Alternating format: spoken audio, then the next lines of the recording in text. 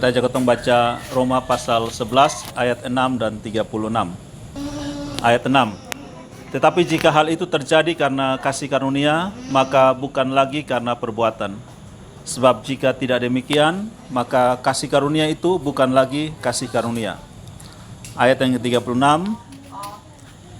Sebab segala sesuatu adalah dari Dia dan oleh Dia dan kepada Dia.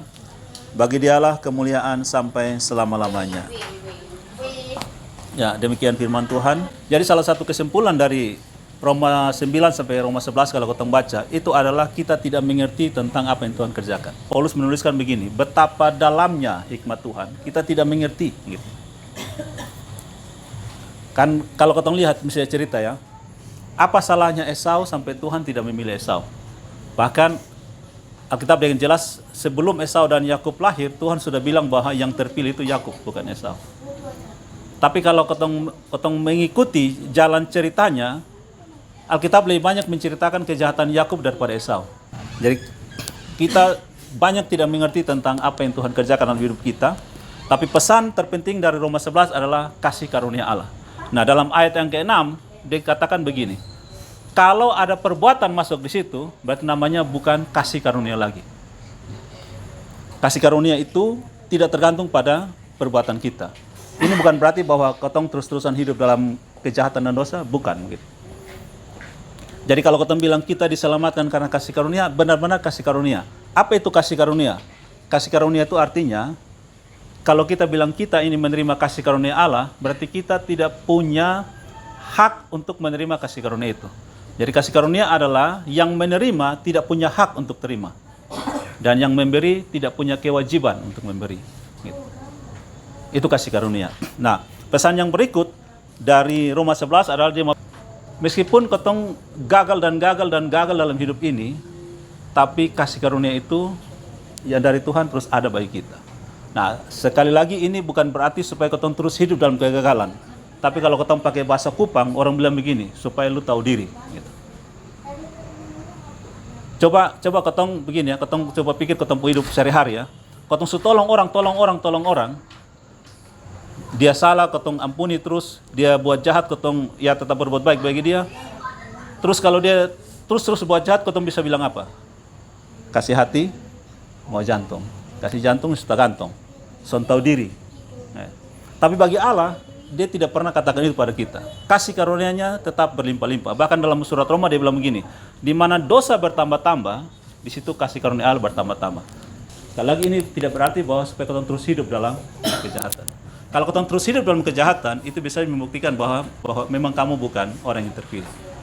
Kalau orang yang dipilih oleh Tuhan, ketika dia jatuh dalam dosa, dia memang akan berbuat dosa dan pasti buat dosa karena ketong masih hidup di dunia.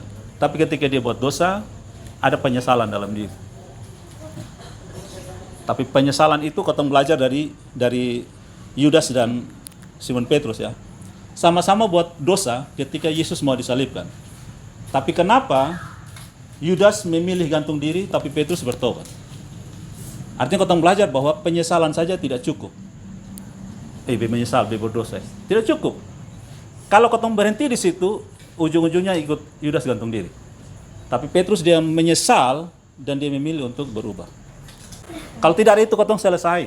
Salah satu ayat yang terkenal dari Ratapan, teman-teman kalau baca, saudara kalau baca Ratapan ya, Ratapan 5 pasal. Ratapan itu kita ratapan berarti kitab ya menangis kita. Seluruhnya dari pasal 1 sampai pasal 5 itu penuh dengan tangisan dan air mata. Hanya di tengah-tengah kitab ratapan itu dan di ayat yang tengah itu muncul tentang kabar baik kasih setia Tuhan. Yaitu Ratapan 3 ayat 22-23. Di tengah-tengah. Jadi dari pasal 1 dan pasal 5 itu penuh dengan tangisan, penderitaan, pertanyaan kepada Tuhan, tapi di tengah-tengahnya muncul ayat yang ketong sering dengar di lagu maupun baca, tak berkesudahan kasih setia Tuhan, tak habis-habisan rahmatnya, selalu baru setiap pagi. Indonesia terjemahkan itu, tapi arti sebenarnya bukan bilang tak berkesudahan kasih setia Tuhan. Arti sebenarnya bilang begini, kalau Tuhan tidak berbelas kasihan bagi kita, kita sudah binasa. Artinya itu. Ya, orang Indonesia dia mungkin lebih umum dengan tak berkesudahan kasih setia Tuhan, maknanya sama. Tapi lebih pas maknanya kalau Tuhan sampai kau bilang begini, kalau son kasihan beta bisa hancur sudah. Kalau ketemu bicara soal tanah ya, kalau sudah kasih beta tanah, untuk tinggal di mana. Kalau ini orang tolong beta, tapi bisa kerja. Itu tak. Kalau Tuhan tidak berbelas kasihan kita, kita selesai. Makanya dia tutup dengan ayat 36. Segala sesuatu adalah dari Dia, oleh Dia, dan kepada Dia. Bagi Dialah kemuliaan sampai selama-lamanya. Dia seorang pendeta. Sebelum menikah, dia sudah hidup dalam pelayanan. Dan dia punya calon istri pun orang yang melayani Tuhan. Artinya bukan orang sembarangan. Gitu. Bukan orang yang artinya biasa dengan hidup dalam dosa, tidak. Lalu mereka menikah. Di tahun ke-6 di pernikahan, ini dia kasih kesaksian, dia punya khotbah. Di tahun ke-6, karena dia istri itu kan utara dan selatan, timur dan barat. Dia istri begitu perfeksionis dengan segala kebersihan, tapi namanya dia orang teknik, orang musik, orang seni, hidupnya berantakan. Yang dia cerita kalau tiap kali masuk rumah mesti cuci kaki.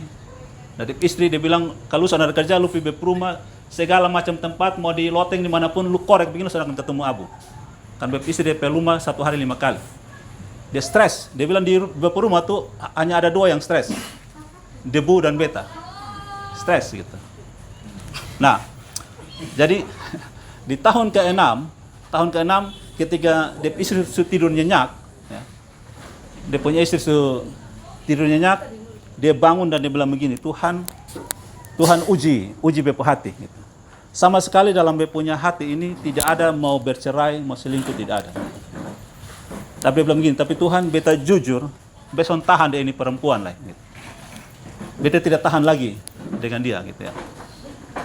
Nah, ketika dia stres seperti itu dan dia dengan Tuhan dalam dia pun doa, beta sudah tahan menikah dengan ini perempuan Tuhan. Tapi Tuhan tahu hati besok mau bercerai. Nah, lalu di tengah-tengah dia punya pergumulan kayak gitu, dia merasa bahwa Tuhan bicara dengan dia tentang Roma 11 ayat 36.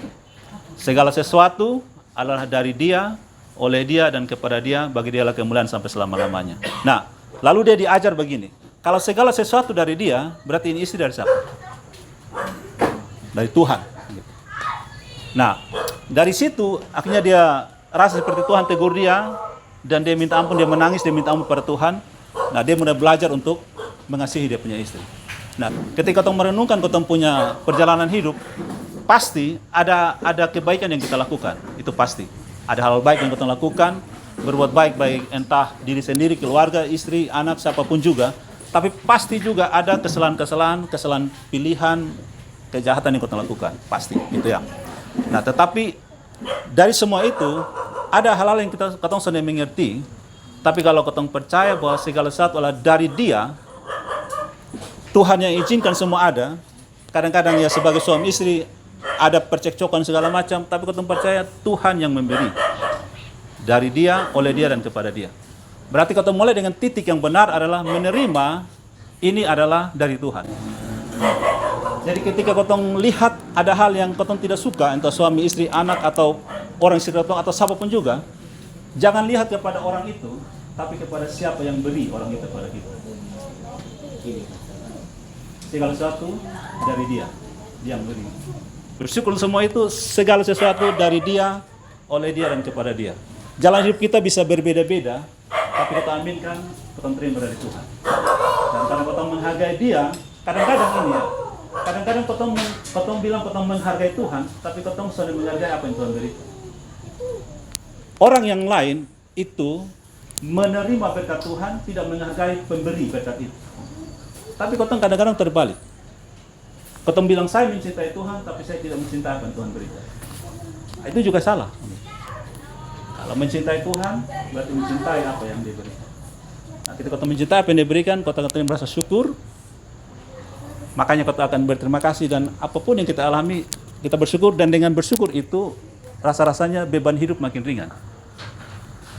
Tapi kalau tidak ada beban syukur, hidup kita rasa berat, kalau bisa selesai.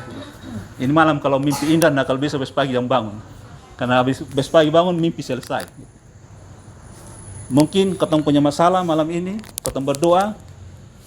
Tuhan Yesus bilang begini ya, Matius 6 ayat 33. Cari dahulu kerajaan Allah dan kebenarannya, maka semua akan tambahkan kepadamu. Ayat 34. Sebab kesusahan sehari cukup untuk sehari. Artinya besok ada apa? Ada kesusahan lagi. Kalau kita berhenti di situ, kita stres. Tapi kita mesti ingat, ratapan 3 ayat 23 dibilang apa? Tak berkesudahan kasih Tuhan, tak habis-habisnya, rahmatnya selalu baru setiap hari. Berarti besok kita hadapi kesusahan, ada rahmat yang menyertai kita. Sehingga kita ditolong untuk hidup di kesusahan itu. Nah, untuk menerima itu ya kita harus bersyukur.